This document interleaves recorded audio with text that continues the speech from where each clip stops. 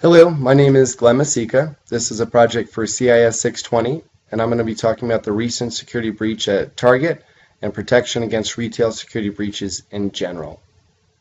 As a result of the most massive and coordinated security breach in history, many retailers and consumers alike were left wondering if that breach could have been prevented and what we can do to prevent similar attacks in the future.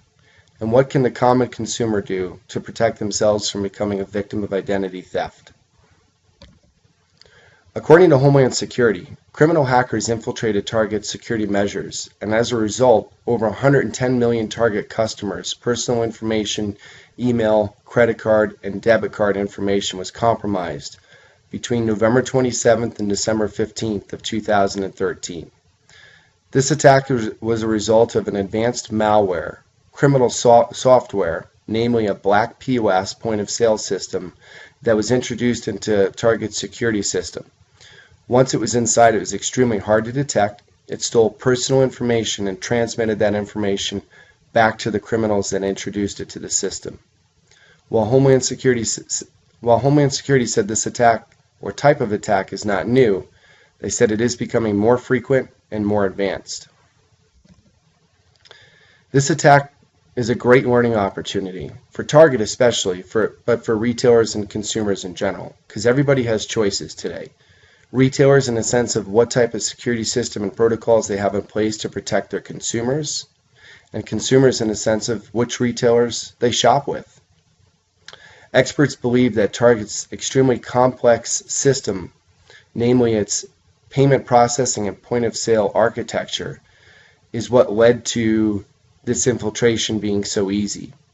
They believe that once the infection was inside, it actually attacked a central management system in Target that was responsible for sending out updates, ultimately sending out the infection to all of Target's systems, making it much more widespread than it would have or could have been. Another learning opportunity is that the U.S. continues to use outdated credit card technology, namely unprotected magnetic strips, where in Europe and many other countries in the world, today they're using advanced credit card technology that has microprocessors embedded to help prevent the reproduction of PINs, ultimately making attacks like this harder. Unfortunately, the U.S. isn't slated to use that technology until the year 2015. Target is still spinning trying to handle damage control as a result of it mishandling the situation right from the start.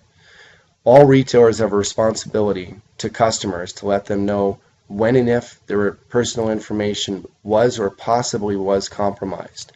Target failed to communicate that to customers. In fact, it's believed that Target knew about the attack for anywhere from 2 days up to a week before letting its consumers know that they were possibly affected.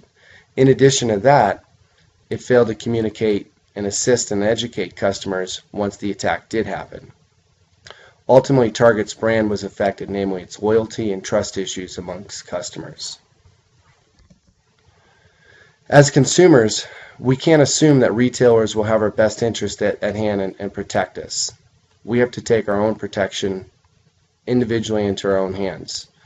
Personal diligence in monitoring our credit and our bills line by line to making sure that there's no suspicious activity is a step in that direction. Experts also recommend understanding what phishing is, and that's when criminals pretend to be your bank or another entity, asking you for personal information like passwords and so forth that they already have and shouldn't be asking for. So if you get a phone call or an email asking for your password, it's probably not your bank. They also recommend having strong passwords. In the U.S., we're very lax on our passwords. It should never be as simple as 1, 2, 3, 4 or your date of birth. It should be a combination of capital letters, lowercase letters, numbers, and symbols. It should never be used on the same account, and we shouldn't leave those passwords laying around in unsecured documents. So ultimately, could this attack have been prevented? Probably not, but Target's security measures, a complex system, were definitely in part to blame to the widespread attack. Target also could have reacted better.